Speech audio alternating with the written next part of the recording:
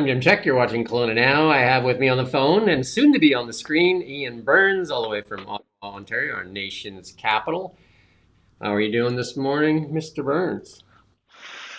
I'm all right, still feeling a little bit ill, but and also concerned by how much you're hyping my appearance. People aren't going to be too disappointed when they see I'm I, just there an was ordinary dude. there was just a flock of seagulls, another good band that just flew by my head there in our live shot in behind us there. It wasn't seagulls, though. I don't know what it was. It was a flock of something, though. Uh, Kicking it off from our nation's capital, Freeland announces, like we knew that it was coming, announces her liberal leadership bid, saying she's running to fight for Canada. She's had 9 years to fight for Canada, but now she's going to fight for Canada. Interesting. Unshackled by her new enemy, Justin Trudeau, apparently. Yeah, But so I think, if we can land an interview with her, we need to ask, because the questions I would have is, were you bullied into the carbon tax? Were you bullied into the GST thing? Were you bullied into the capital gains tax? And how will you be different than the Liberal Party has been for the past 9 years? yeah, I think her biggest problem, and this is what Mark Carney was trying to this is how Mark Carney's kind of sold his candidacy by, this ludicrous notion that he's an outsider. Yeah. It's because Freeland has been there all along, and she's been at the she's been at the top of the tree for 5 years, basically, in the Trudeau government, and the statistics speak for themselves. You can't run away from the data, which shows that GDP per capita has fallen, the deficit has increased. Yeah, there are lots of other measures as well, like unemployment, inflation, all sorts of problems. And she's going to be, that's just going to follow her around in this entire debate about who becomes leader, and then forevermore, really. That's gonna stick to her. And then the Liberals might not ask her this question, but other people will ask her why she decided to freeze people's bank accounts, which, led to, let's say, a diminution in Canada's reputation around the world, Yeah. particularly in the United States. I guess So, lots of questions she's going to be asked, and it's all based on her actual time in government, which isn't true for Mark Carney. well, I guess her only card that I think she can play is that she was bullied, because her statements, her resignation statement, basically, she called it a political gimmick. So if she called it a political gimmick, but she trotted it out there and supported it publicly, so was she pressured to do it? Because that would be an answer that I would want to hear. And then if that's the case, was she pressured into a whole bunch of things? Because if not, then she owns this record. I mean, Mark Carney. We're going to hear from Mark Carney later, where he talks about how, like, the only problem with Canada, it seems to be, is the slogans by Pierre Poilievre. And I don't think Canadians are suffering from slogans. They're suffering from real financial harm. Yeah, well, it's gonna be very difficult for Christy Freeland because I think you got it right there. Those are the two options. Either she was pushed into it and she was unwilling, or she owns up to it. But both of those are bad because in the first instance that means that she's spineless and she just does precisely what she's told, even though she thinks it's wrong. And then the other option, she is the one responsible for overseeing this lackluster economy. So it's very difficult. But I also think it's a little bit cheeky of her, actually, the way that she's done this, because obviously she hasn't. Well, everybody knew she was going to announce her leadership bid, but she's not really going to do it, like with a speech and everything, and lots of people in the background pretending to support her. She's not going to do that until Sunday. So the only reason I can think that she's released this this one sentence statement saying that she's going to run is to try and steal some of the attention from Mark Carney. And it's quite, politicians are experts at this, at like when to drop news to sort of maximize your exposure and also to hurt your enemies. So a lot of the time they'll hold a press conference at the same time as somebody they don't like in an attempt to try and like smother their coverage, make it harder for them to get exposure. And I feel like she's done this, or her team have done this very much intentionally. They've done it today to try and wash away the sort of discussion about Carney and the exposure of Carney. So yeah, let's move on to Carney there. So the headline on Kelowna Now this morning is, "I've helped save two economies," and that's Mark Carney as he announced his leadership bid in Edmonton. And then the next slide we have there, and we're going to see it in the YouTube video we're going to run here. Mark Carney's slogan is, "I'm in." And then in his next video, he attacks Pierre Poilievre because of three-word slogans. And I imagine "I'm in" is only a two-word slogan, so it's much better than a three-word slogan. How it works? Well, he's also, he's quite he's not being very modest, to put it lightly, is he? By saying I helped save two economies. Because like one of the things in successful candidacies is what's in it for the voter, and I think that's where Aaron O'Toole failed too. Because what's in it for the voter? The messaging, the messaging, and even the Trump's first successful presidency, the messaging was "Make America Great Again," which is in Stephen Harper's book. It said that's what appealed to Americans because it was for them, right? It was they get something out of it. Whereas Hillary Clinton's campaign was all about Hillary. And if you look at this slogan from Mark Carney, "I'm in," like he's like like Batman or Superman, and he's coming to save Canada, which he's been a lot of his advice is being used by the Liberals already. Save him from us, or save him from him, or save what? Um, Yeah, well, what we get in return as voters is this prestigious gentleman in charge of our country. What a great thing that would be. This with all the great experience he has. But I mean, to not be sarcastic for a second, I would say that the difference between him and Trudeau is profound, I think, and he's a smart he guy. is he's a serious cut above Justin Trudeau in every single way, I think. He's And the Conservatives are gonna have to, in many ways, because I mean, he is the favorite. Let's assume he wins. The Conservatives are gonna have to actually try to not sure. win again, rather than kind of not do anything, which is what they've been doing for the last year or so. Okay, so we're going to play a little clip here, and you're going to take me off the screen while we play this clip. This is his introduction, his first speech as running for Prime Minister. I was born in Fort Smith, and I've been in the room next door many times. Picture this scene. Pack of kids, team of kids, mites and house league, go in there, get their gear on, go out on the ice. You're back in between the second and third period to warm up, and I can still hear the blades of the skates tapping on the floor as we try to get the blood flowing into our toes. I don't remember a January day like today in Edmonton when I was playing hockey, I'll tell you that. Now, I wouldn't have been there if it hadn't been for the love and the support of my parents. So we're going to play. That was unwavering. It was also supported and then we're going to play sometimes by my brothers who are here today.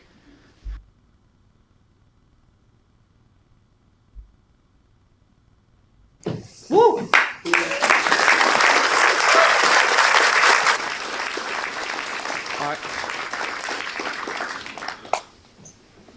I know.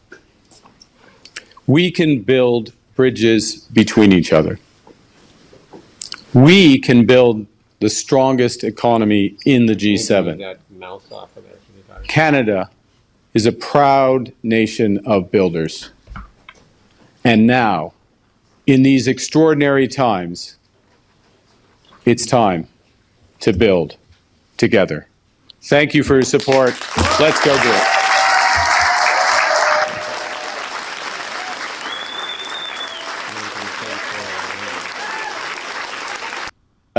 Quickly, I'm going to edit. Look, I've said for a long time that if you were going to take out the carbon tax, you should replace it with something that is at least, if not more, effective. And by effective, it's not just having the same impact in reducing greenhouse gas emissions, but it's making our companies more competitive, it's creating jobs, it's ensuring that Canadian households are made whole in terms of their finances. Because perception may be that it takes out more than the rebate provides, but reality is different. And Canadians will miss that money. So you need a comprehensive approach. You need a comprehensive plan, not just a soundbite that fits on electorate. So there you go. From Mark Carney, it sounds like he's going to change the way the carbon tax is applied. Definitely not get rid of it in entirety. Is that what you got out of that? Yeah, like perhaps putting it onto, the wellhead, as they say, metaphorically speaking, to put it onto businesses directly. But he's tried to, and it was the same when he spoke to Jon Stewart in the US, where he was saying it's what he reading between the lines and to translate what he said, it was basically policies like this are not palatable in the current economic environment and political environment.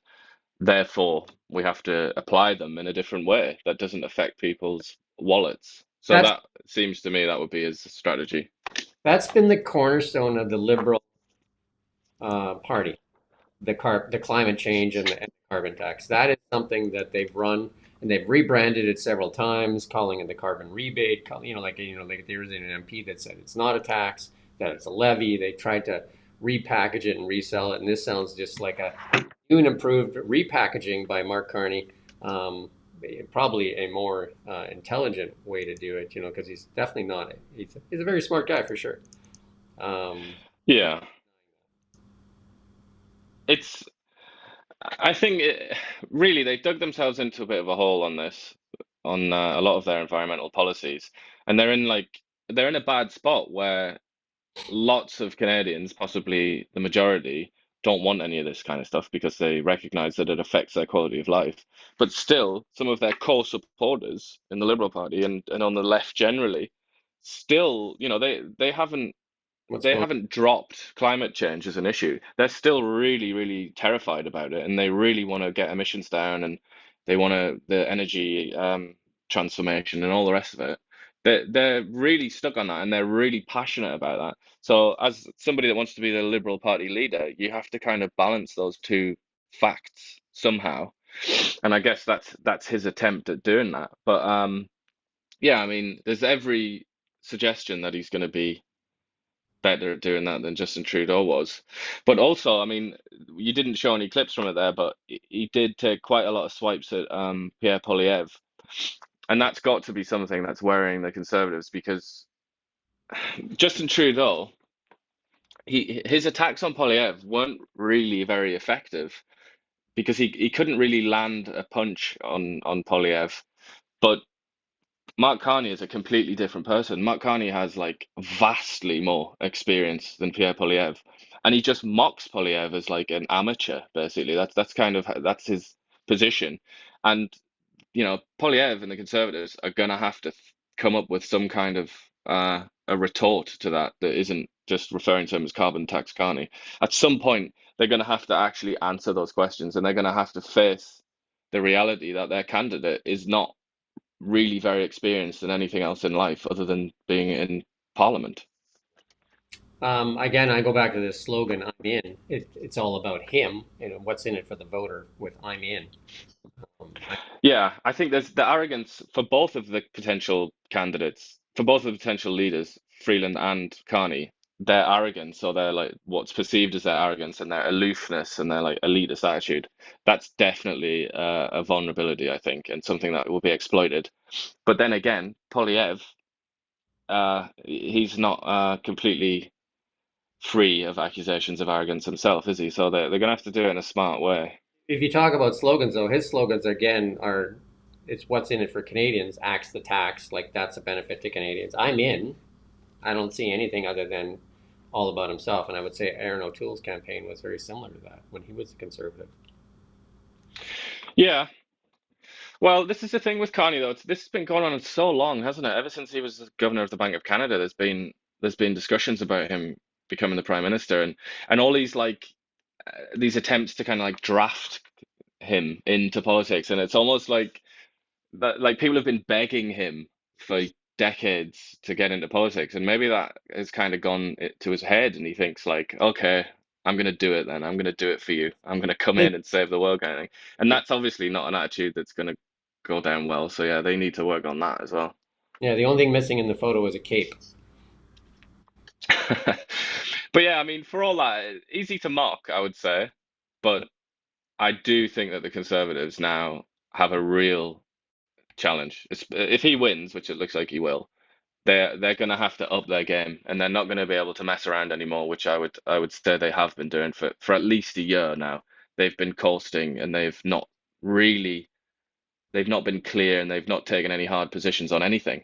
And Pierre Poilievre has been dodging questions for so long now, and he did just yesterday dodge the question about Danielle Smith's position on the oil and gas, potentially using that to retaliate against Donald Trump.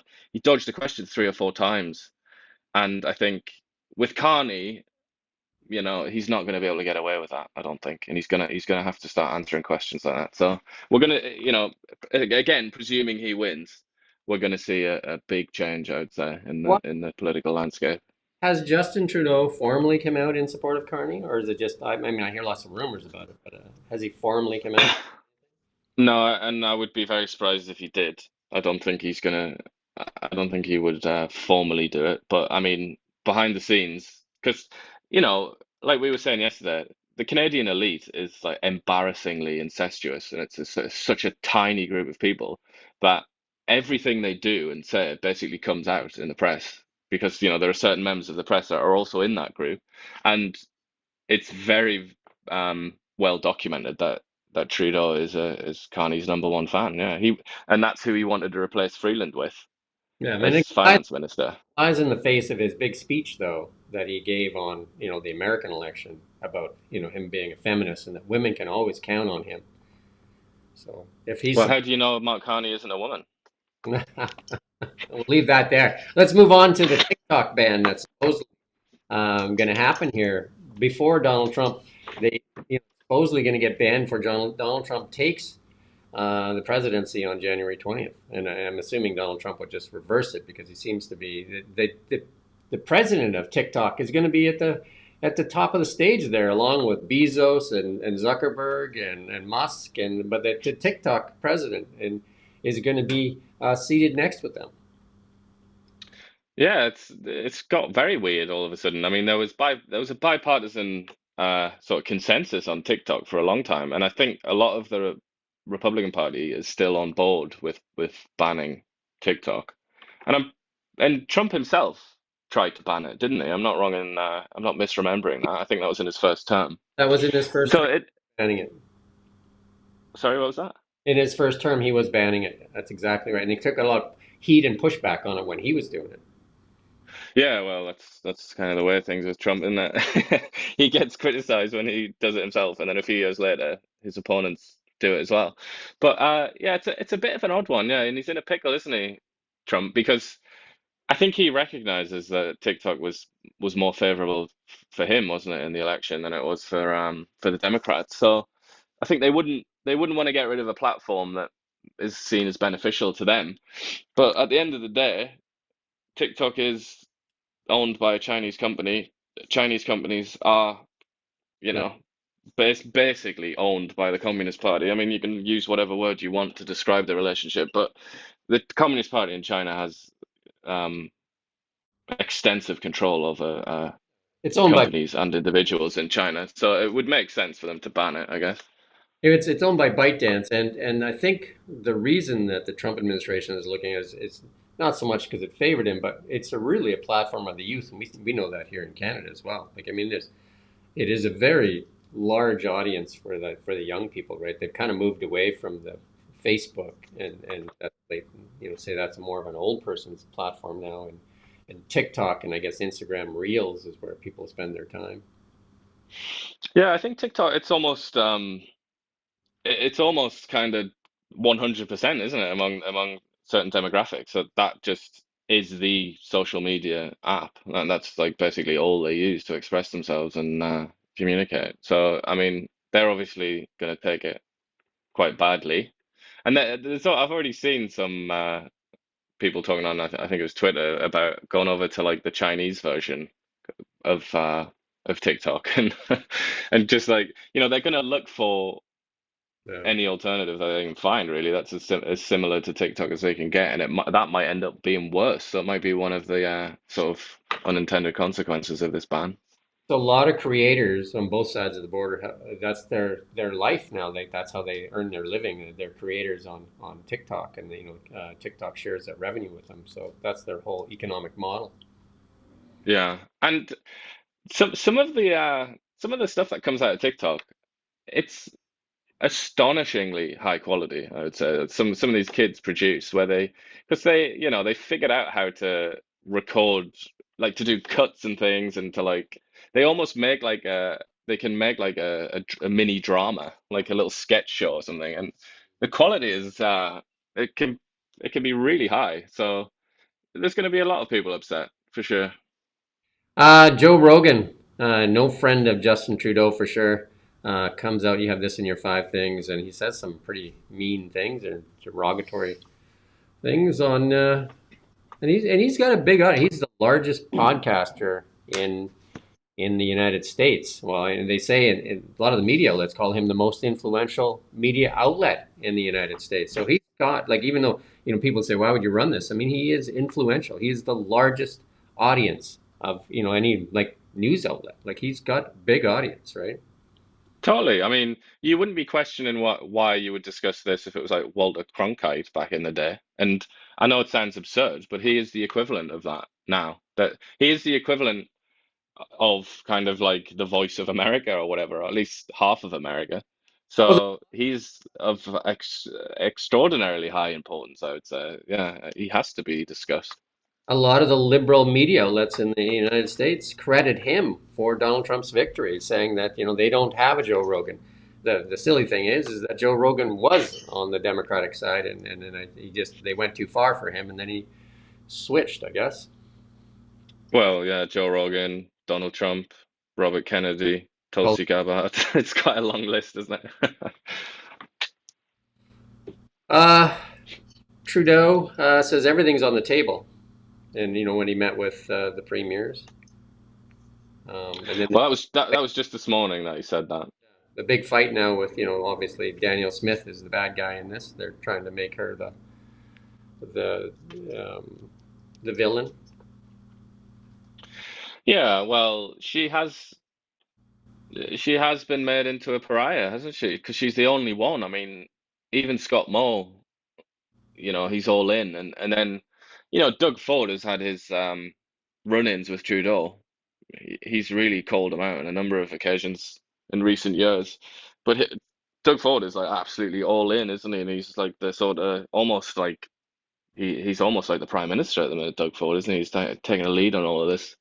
And I suppose he and the other premiers are quite annoyed that Danielle Smith is trying to put Alberta first. But, the context is important, isn't it? The context is that Alberta feels like it's been exploited for many, many, many years now. And that now, when suddenly they need Alberta, the people in sort of Ontario and Quebec, now all of a sudden they're coming and asking for favors. And quite naturally, she would say, she's not going to grant them.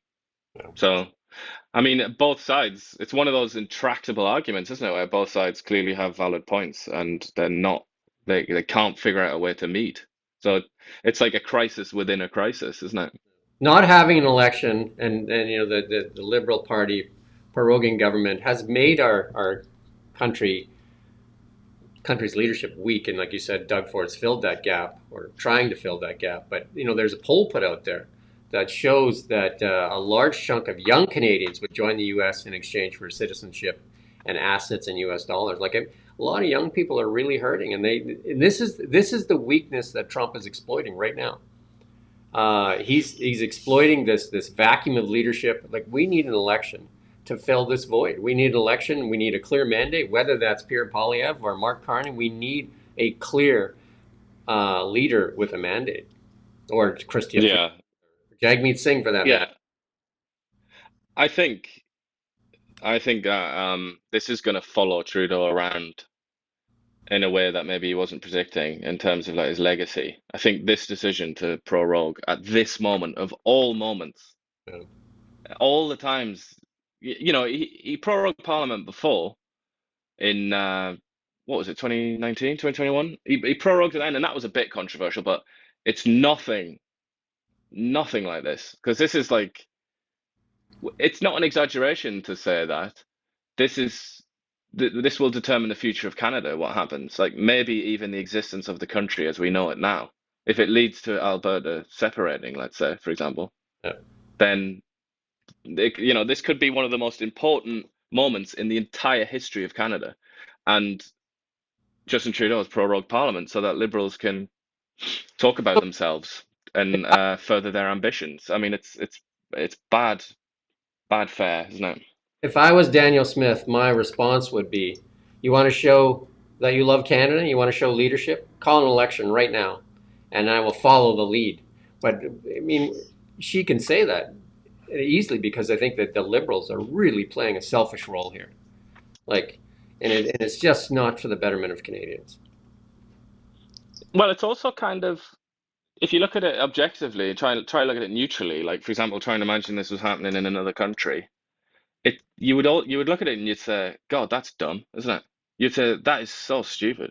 Almost like if you were a business, let's say, and you were talking about like a huge deal that you were going to do with another business, maybe a somewhat dangerous business, like predatory business, and then just before you went in, your CEO stepped down, and you'd spent 3 months trying to think who was going to be your next CEO. Like you would look at that and say, that's a really dumb company. What are they doing that for? And yet, here we are in a country, and it's like it's almost life and death, really. And and we're doing this. It is crazy, and I feel like maybe Polyev and other and Singh and even the Bloc Québécois, maybe they're not making enough noise about this because it is really the issue of the day. So you put up this thing in 5 things. The BBC, which you're familiar with, published an article, Mark Carney, kind of like throwing some shade on him as an unreliable boyfriend among some politicians in his role in the Brexit debate. So, he's promoting himself as saving 2 economies, and then here's a BBC article saying, well, maybe not. Well, he's as I've been saying to you, he doesn't have an unblemished record in Britain. Quite the contrary, actually. He's looked upon as a bit of a failure by a lot of people. And it's very interesting that, he was appointed by the Conservative Party in England. They headhunted him, and they spoke about him as being like the greatest central banker of his generation, like a revolutionary figure of almost like bottomless talent. So they went over and they brought him, and the first ever non-British governor of the Bank of England. And then yesterday, when he announced Carney, he attacked the Conservative Party in England.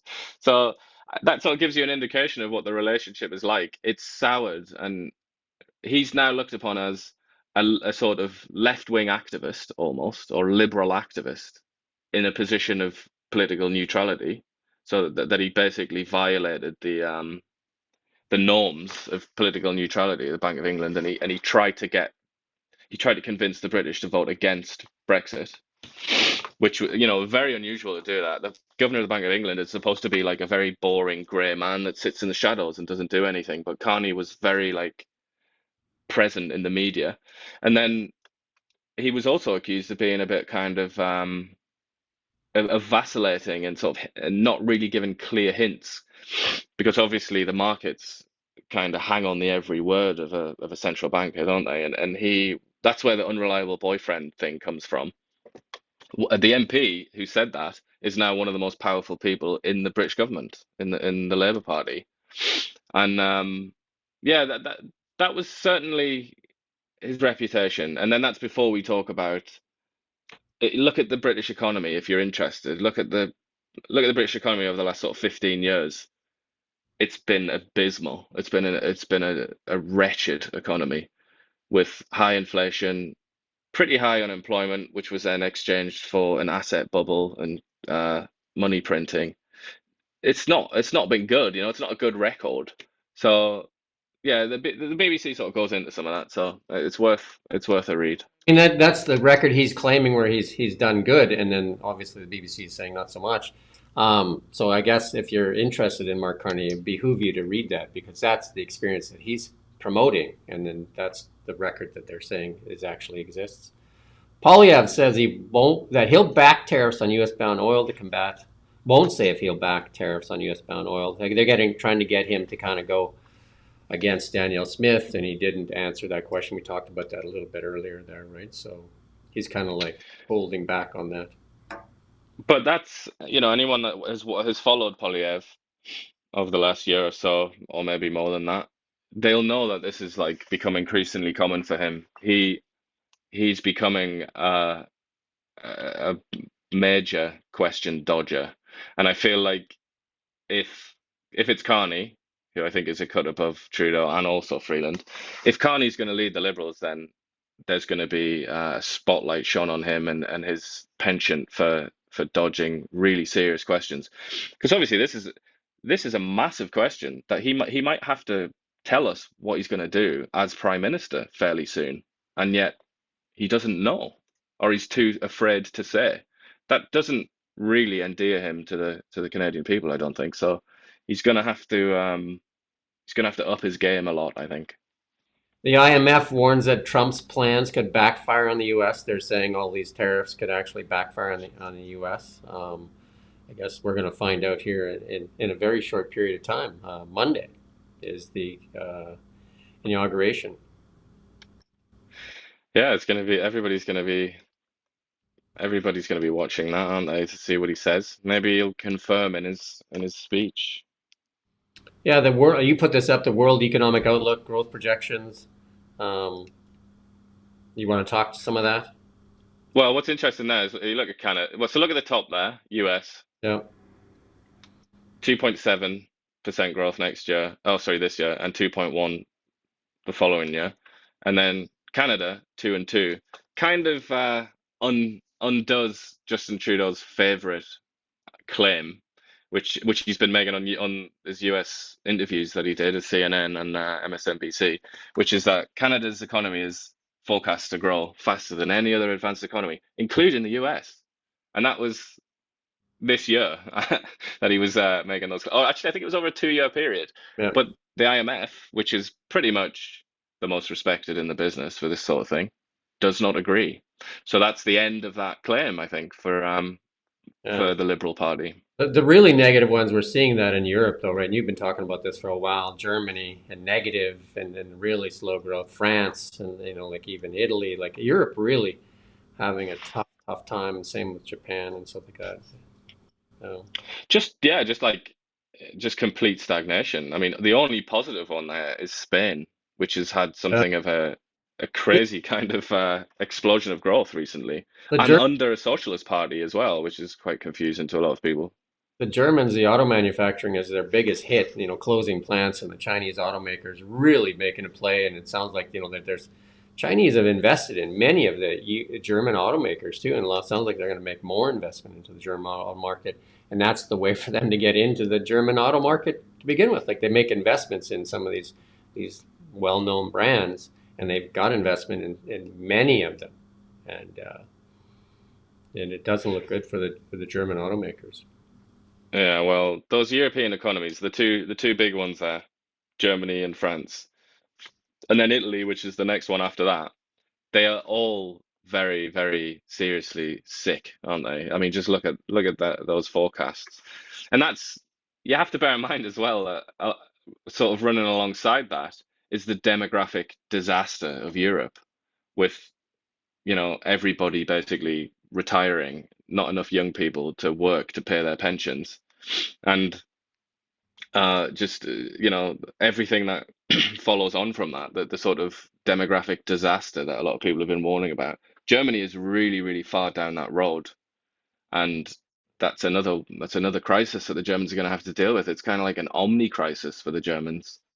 It's like everything that they'd relied on is falling apart, and it's going to be, that's absolutely a country to watch, I would say, Germany, to see how they deal with all these crises. Premier David Eby has been relatively quiet in all these tariff threats. No, we're not there yet, Rommel. He's been relatively quiet on these threats, and he's come out and said that these threats could cost the BC economy $69 billion. And he said it's his number one priority. One of the thoughts that I had, like oil and gas from both Alberta and BC, is one of our number one producers of our GDP. And if we would have built the pipelines to our coasts, to Quebec and to our British Columbia coastline, we could be finding other markets for our oil and gas other than the United States too, right?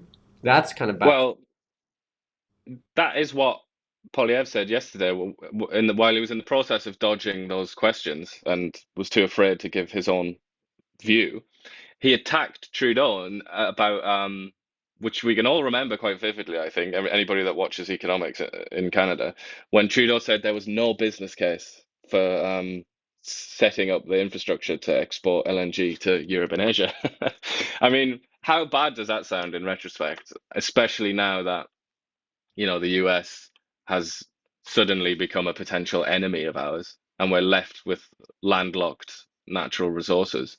It becomes, while the Europeans, we should add, remain just as desperate as ever for energy. It's It starts to sound more and more ridiculous that Trudeau ever said that, really, doesn't it? it's our unwillingness to invest in infrastructure to our ports. Like we've relied so heavily on the Americans because that's been the easier thing to do. But like we have the coastlines. We, like basically have our four coastlines, and that includes the Great Lakes. And like our rail system could be way better. Our, like our transport corridors could be way better, and so that we could tap Asian markets or European markets, and yet we don't. We spend so much time in it, and here we are, and we're so reliant on the Americans, and now we face like an economic threat that's could be devastating to Canada. Yeah.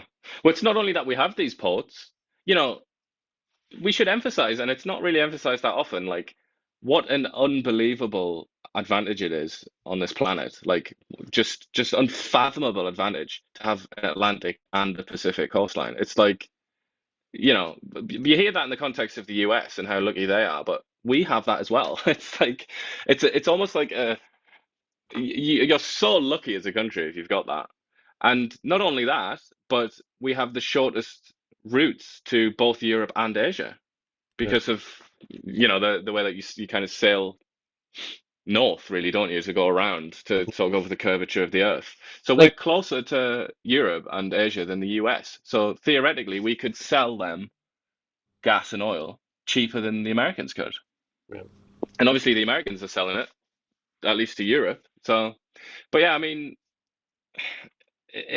one potential advantage that could come from all this is that Canada or the Canadian people stop taking it for granted that the country will always be rich and start to realize that we actually have to do some things that maybe a lot of people don't like.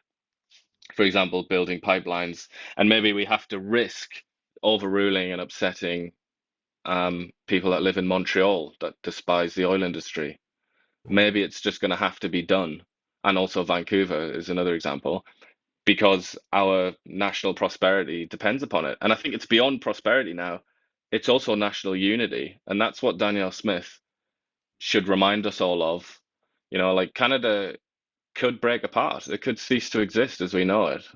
So if the alternative to that is to just, get our natural resources out of the ground and sell them around the world, then I think that's the better option.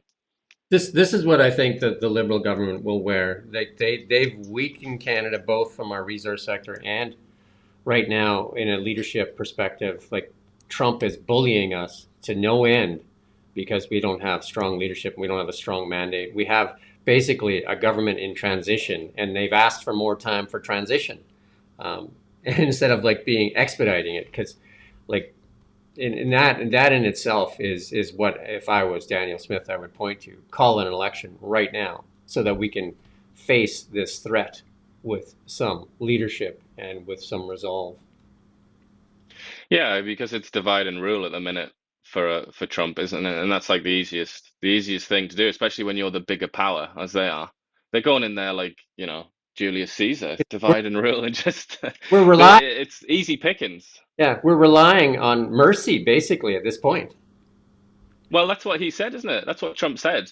He said that Trudeau came to him and said, "Please don't do this because it would destroy Canada." It's kind of like that's not how you negotiate with, the king of the jungle like that. It's I think almost like that weakness, if that's true, if he did say that, then to display that kind of weakness with Trump is only gonna like increase his bloodlust, isn't it? It's only gonna make it worse for yourself. Yeah. Um, let's move on to markets. Gold, again, year-to-date chart up there. In the Canadian, and I have it up in Canadian dollars today just to show you how much difference. It's the Canadian dollar getting weaker, and so gold, closing in on that $4,000 mark Canadian.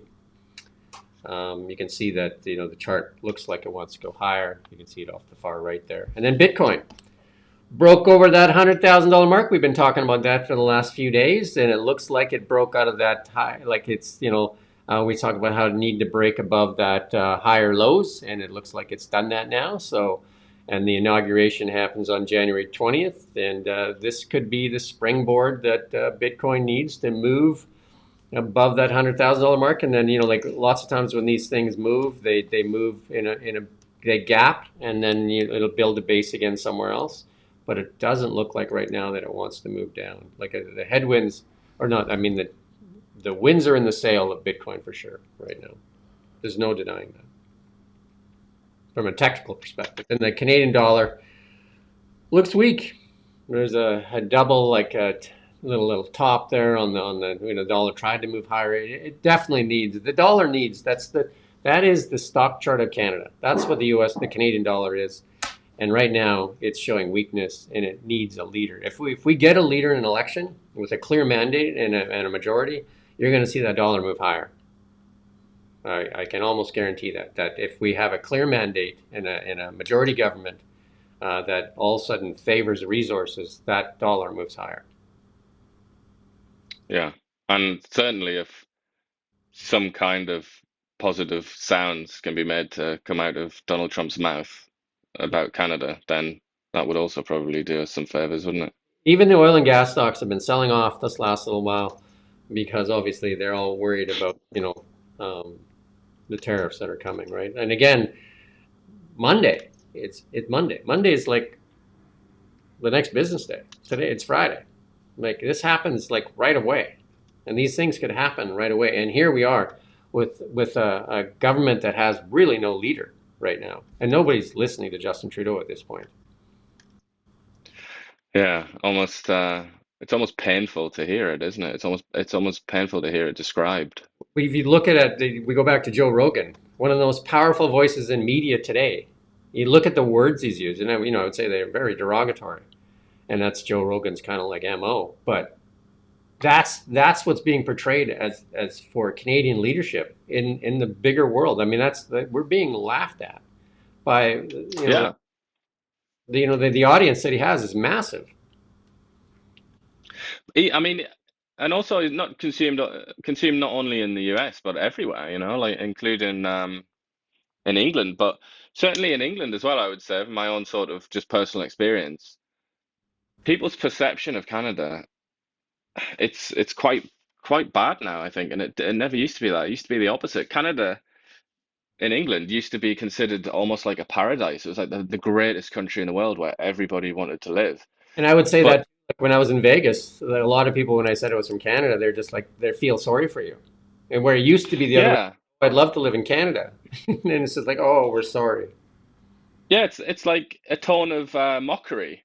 And even bear in mind in England, all the things that are going on in England with people being arrested for tweets and things. Like I still get people that want to kind of mock me almost, or like mock Canada as being like almost like a dictatorship and things like that. And it's kind of like, and certainly I would say the convoy, the Ottawa protests, the Freedom Convoy, that shocked a lot of people that I know personally. And, I would say probably the majority of them being liberals and left-wing people, they were absolutely astonished by that. And I think that did a huge amount of damage to Canada's reputation. I know we spoke about that a little bit earlier, but that's still out there, that was one of the few Canadian stories that really broke out into the whole world, and everybody knew that was happening, and everybody saw the images of the police horses, and everybody saw the announcement about the bank accounts being frozen, and I think that kind of lingers, and that's I think that was the moment that Joe Rogan definitely turned against the Trudeau government. I remember that, and he said he would never go to Canada after that. You know what I mean? Like because well, Trudeau, Yeah.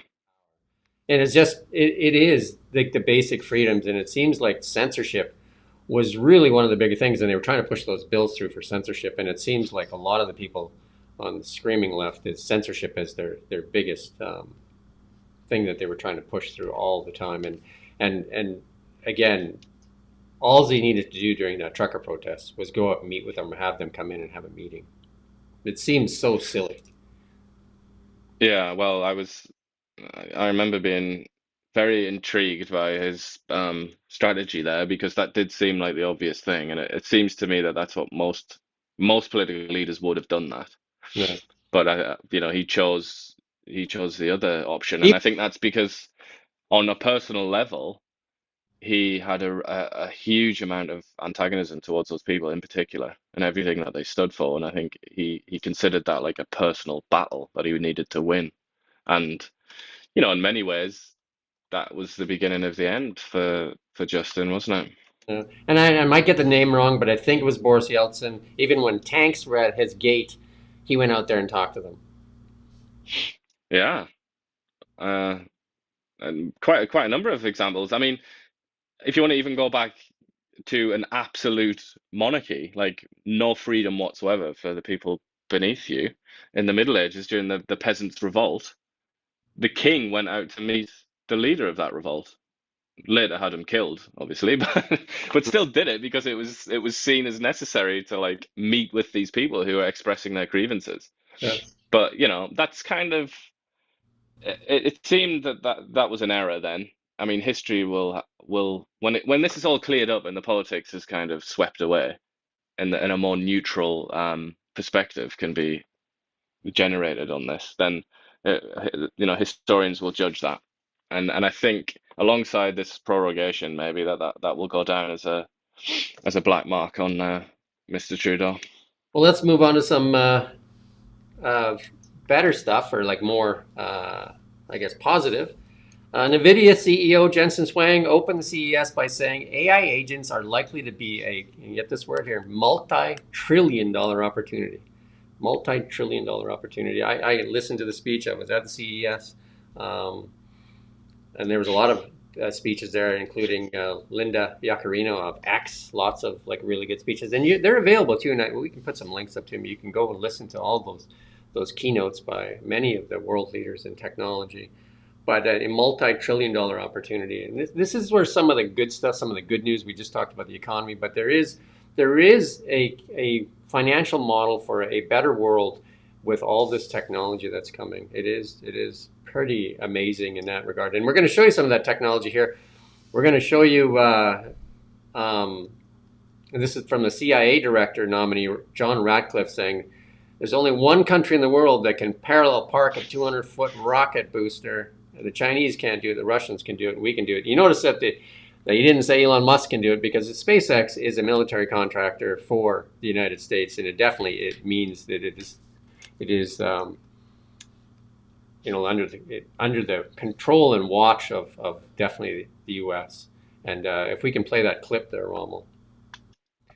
This is their second catch. We're having a little bit. We'll just give them a couple seconds here. This is the second catch of the booster.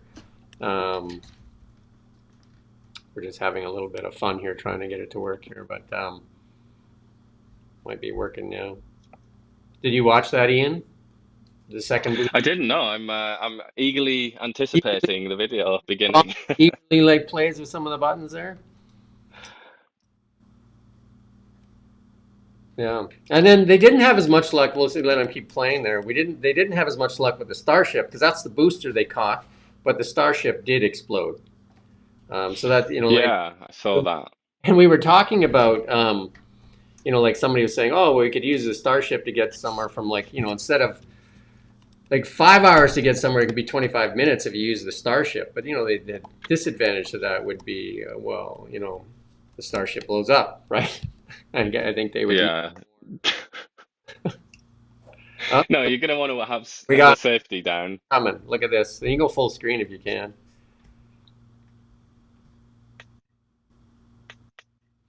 This is just literally amazing. You're catching this thing that's like 20 stories tall, and you're catching it in a couple of chopsticks there.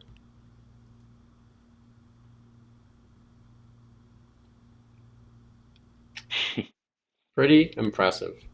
Very, very impressive. And then we're going to show you, and here's the Starship returning to Earth, if we can play this one. And the Starship is in bits and pieces. And that's out of the cockpit of an airplane, showing you the return of the Starship that was on top of the booster. And is there any word on where that debris landed, or did it all just burn up in the atmosphere? All burnt up there. There you go. But they say, like, if you use SpaceX for Earth transport, it would take from LA to New York, which is typically like 5.5 hours. It would be 25 minutes. That would be pretty glorious, wouldn't it? I mean, we could imagine Jeff Bezos and Elon Musk with their personal starships flying around the world. EV sales expected to exceed 22 million. Again, the black bar there is China. Like, look at the amount of EV sales in China. It's just incredible, the amount of stuff, and Yeah. obviously bigger. And then it remains to be seen what happens, because Donald Trump is likely going to kill the EV mandate, and he's likely going to kill the tax credits. And likely, if there's a conservative government here in Canada, that'll happen here as well, that the EV mandates will be taken away, and as well as the credit's already gone. The Liberal government ended the federal credit. They ran out of money. They said that they're going to end it in, like shortly, because they had some money, and then they looked the next day and they said, "It ends today. There's no money," which is odd, right? Yeah, they seem to do that. They create a lot of schemes where it's like either until this date or when, it runs out of money or when all the applications are filled. Like, because that's the same with the Gaza refugee scheme. It's like 5,000 visas or until this point. And it's kind of, I think a lot of people maybe feel cheated when that happens because they look at the date, don't they, on like a government program, and they say, okay, I've still got time. But then they don't look at the small print and see that it's really kind of like first come, first serve. I'd like to note, though, like the Chinese have done this without a carbon tax, and they've said, Xi Jinping has said that he will never put a carbon tax on his people because it would impoverish them, and he would never do that to his people. Yet their movement towards green energy, solar, wind, and EVs is bigger than anybody. And they own a lot of the materials, like solar panels. A lot of them are made in China, um, batteries, all that kind of stuff. And they're leading in the world in that regard. Well, they're certainly, they're not short on government intervention, though, I would say. I would sort of remind people it's But like the most interventionist government in the world, probably. they do build some stuff at astounding rates. I had a Yeah. conversation with my daughter. She phoned me as she was driving in. She drives an EV as I do, and then she said that she had an aha moment. And she said, she was, kind of a fan of cars before. She drove a big Ford Expedition because, she had a dog and a kid and all that stuff, and they needed the room. And now she drives, a Tesla. And she said it's just kind of like the iPhone, Dad. She said it's like when I got my first iPhone, and a lot of people still using flip phones, and they're telling you that the flip phone's better, and they just don't realize that the iPhone is way better than the flip phone. She hearkened that to the EV. She said, cheaper, better, faster, and safer, and not having to go to the gas station and all that. So she said people they're driving around in flip phones. Take from that what you want, but there you go. They're driving around in Nokias when she's got an iPhone. Yeah, basically that's what and I would have to agree with her. Although I did love my Nokia. I miss those days. Hey, there's still people out there that love Blackberries. I know a friend of mine that actually uses a Blackberry and loves it still. Yeah, well, it gives you an opportunity to like avoid the more full-on aspects of having a smartphone, doesn't it? Like what people consider to be quite damaging. My last BlackBerry was the 8380.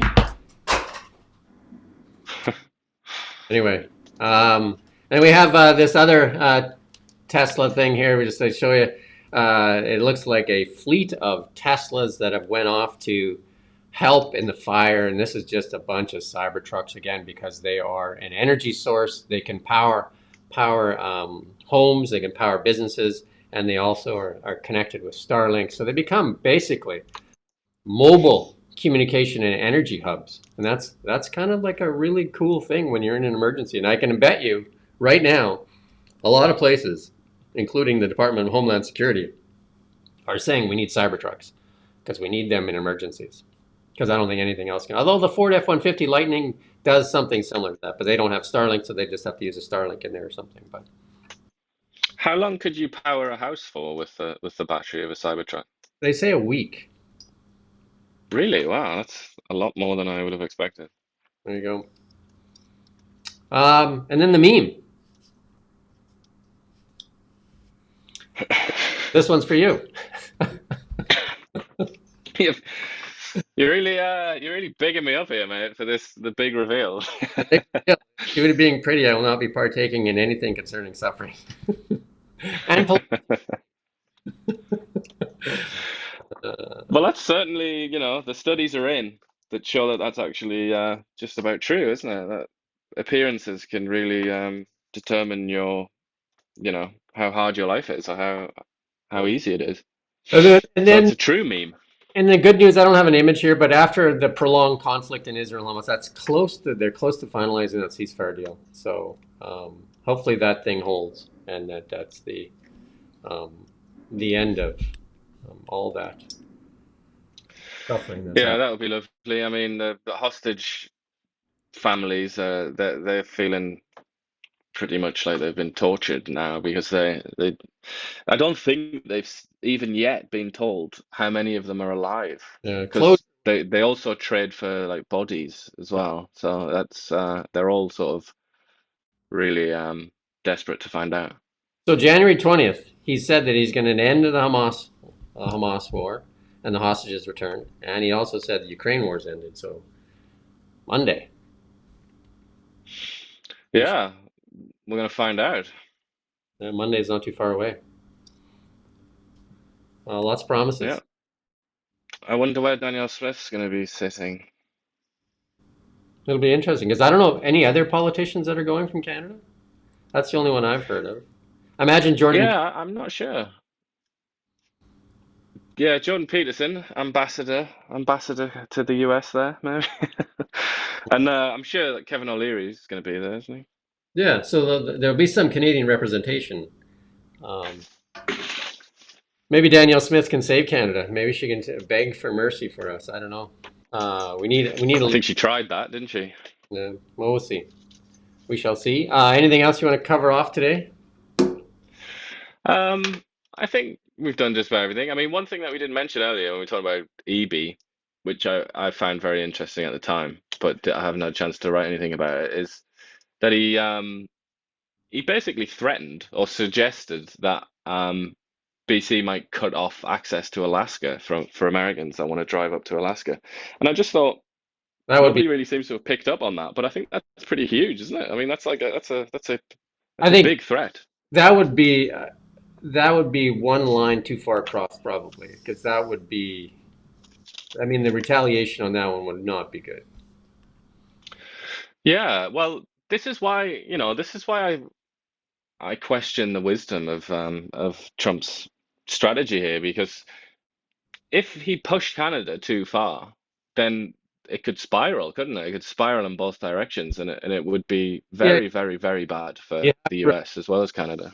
you have to remember how fragile we are right now with this division where we have no clear leader and have so much of the population, like you're saying, the young people. The poll says they would rather become Americans and deal with this.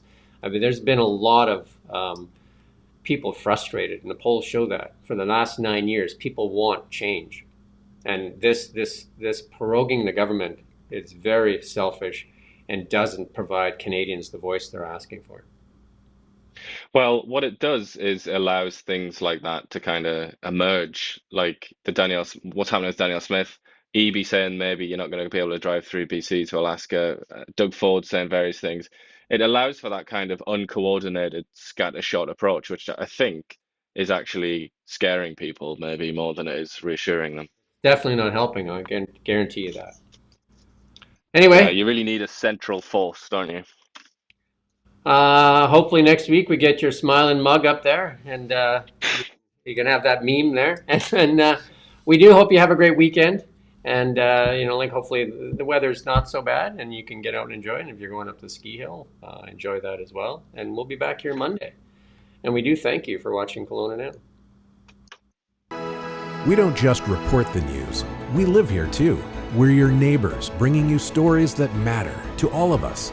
No government funding, no outside influence. Kelowna Now, local, independent.